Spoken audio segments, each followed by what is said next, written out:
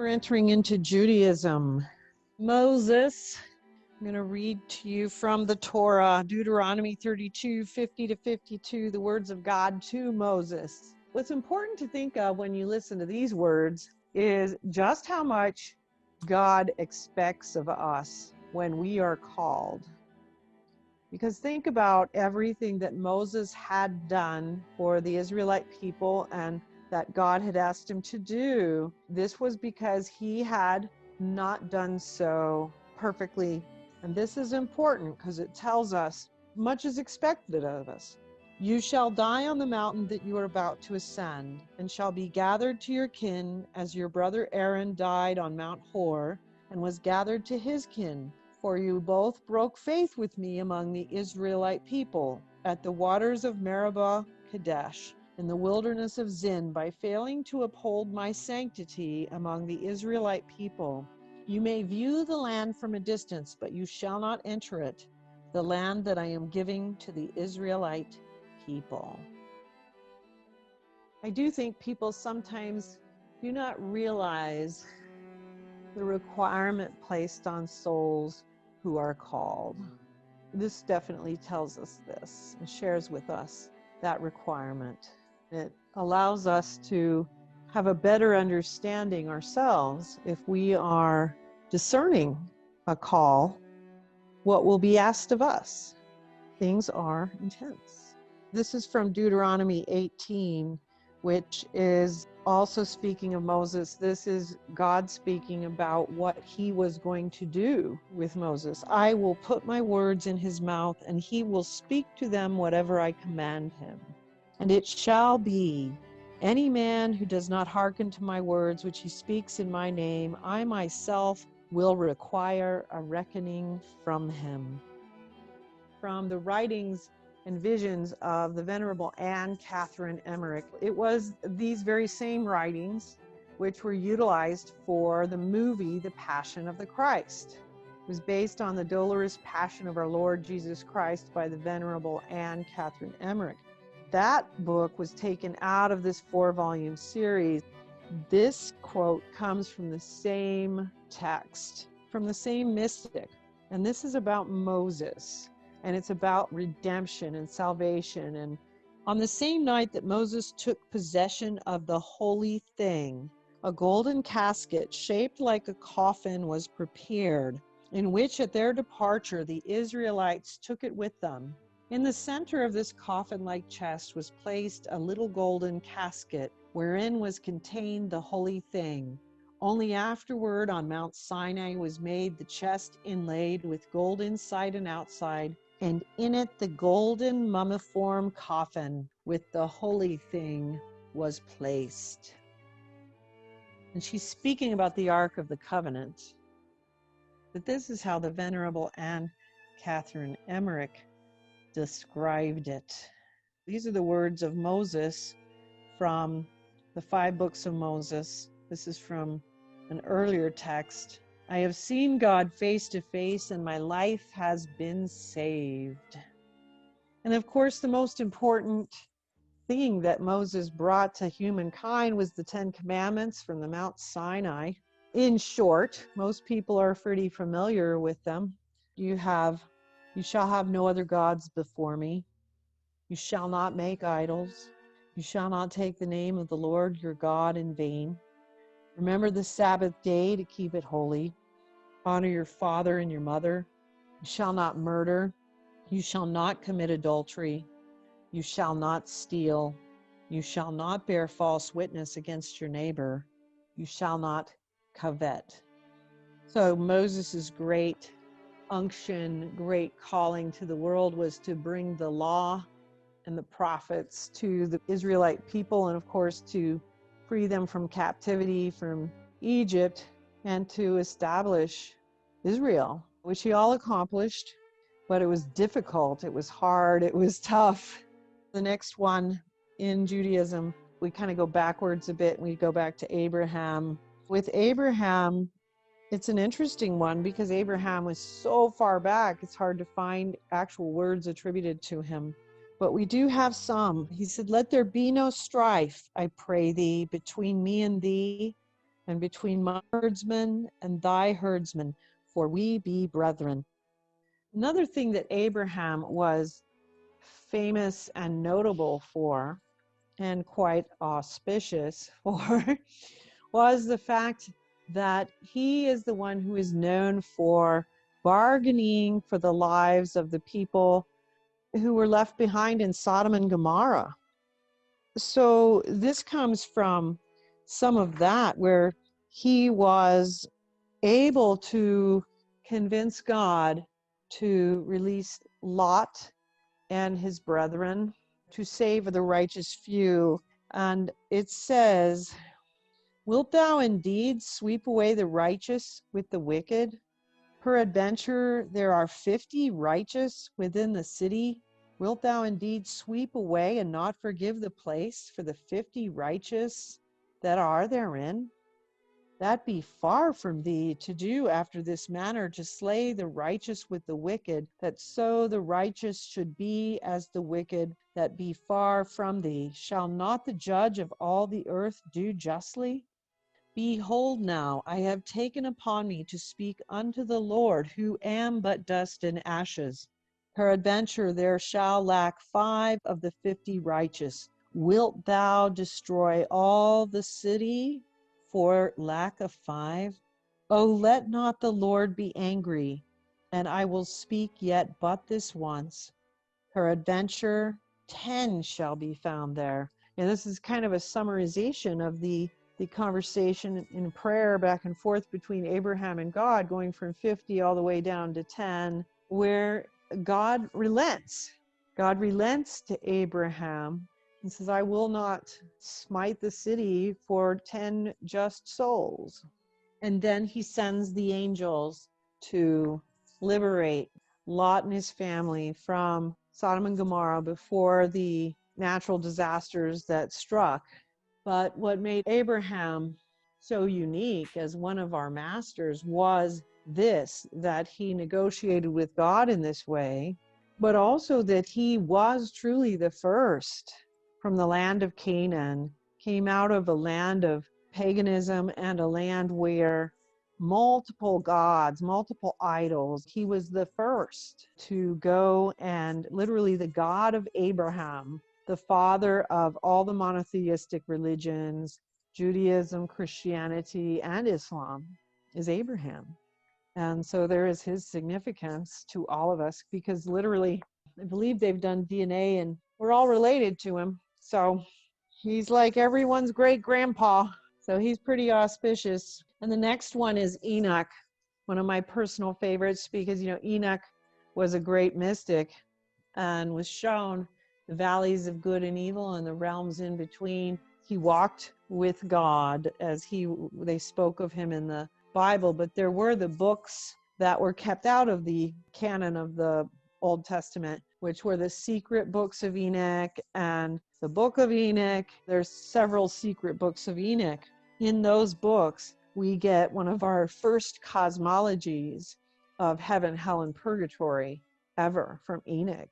And Enoch was the soul who, after he translated from the world, became Metatron, the great archangel Metatron.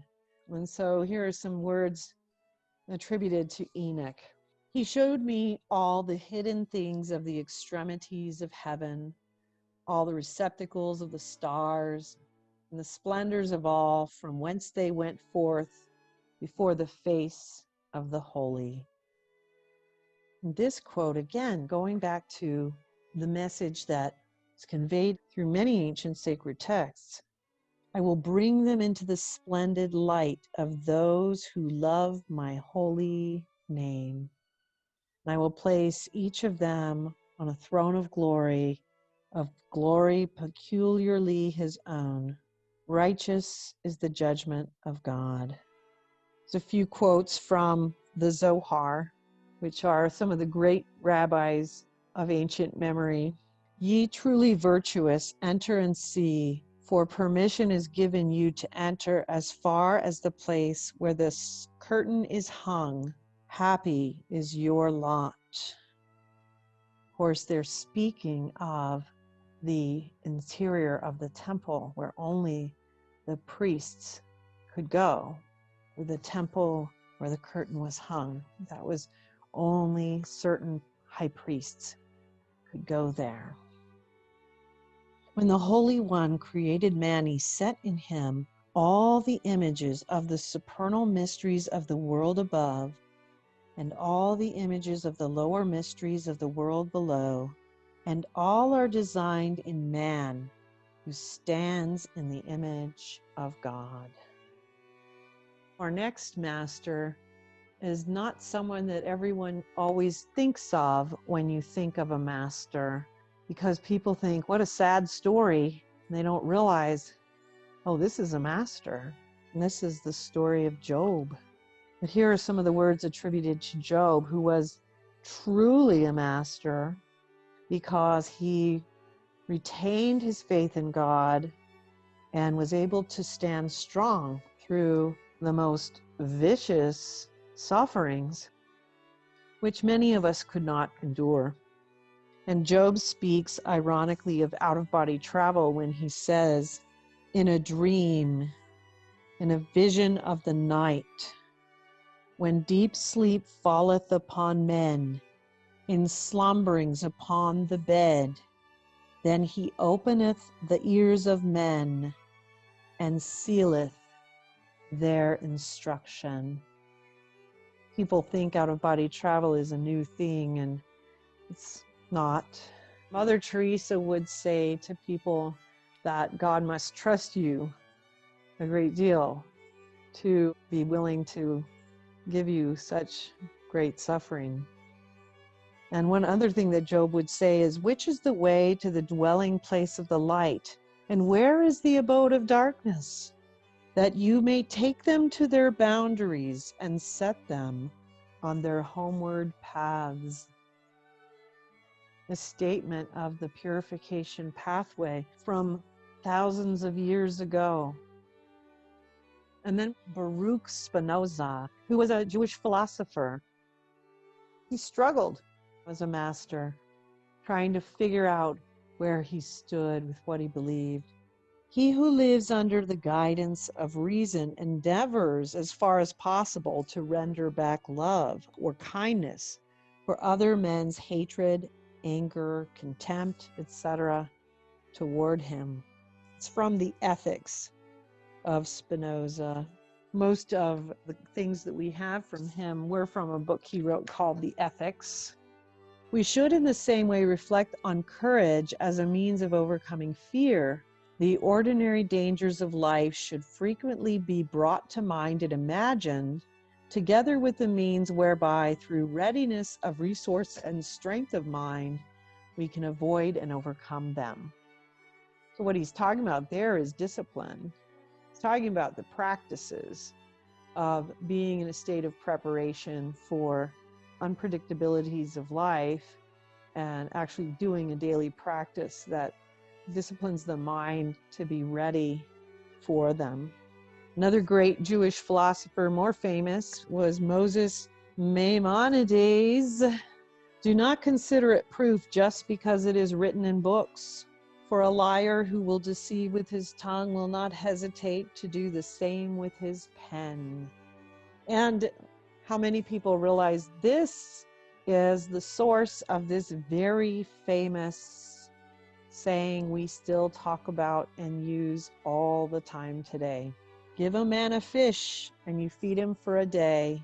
Teach a man to fish and you feed him for a lifetime. That was Moses Maimonides who said that. The risk of a wrong decision is preferable to the terror of indecision. Another Jewish philosopher, Moses Mendelssohn. Divine religion does not prod men with an iron rod. It guides them with bands of love. It draws no avenging sword, dispenses no temporal goods, assumes no right to any earthly possessions, and claims no external power over the mind. Its weapons are reason and persuasion. Its strength is the divine power of truth. Time is a part of eternity and of the same peace with it. We're going to go through some people, a lot of rabbis, not as well known, but well known to the Jewish people.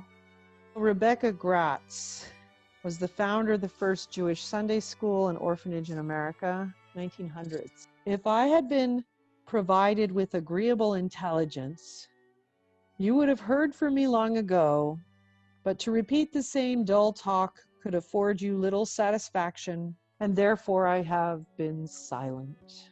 When you think about her time, that she accomplished a great deal in her period of time where it was harder for women to do that. So Rabbi Joseph Kahaman, they called him the Panavazir Rav. He was extremely careful to avoid speaking any words of the Zionist language. So in some Jewish circles, depending on which circles, they will speak mostly ancient or modern Hebrew. And in his case, he spoke ancient Hebrew and would try to stay away from the modern Hebrew, which is the Zionist language. A little anecdote about him. Once Rabbi Ozer Yonah Kushner, a teacher in a yeshiva in Miami Beach, asked the Ponvezer Rav to give a lecture in his yeshiva.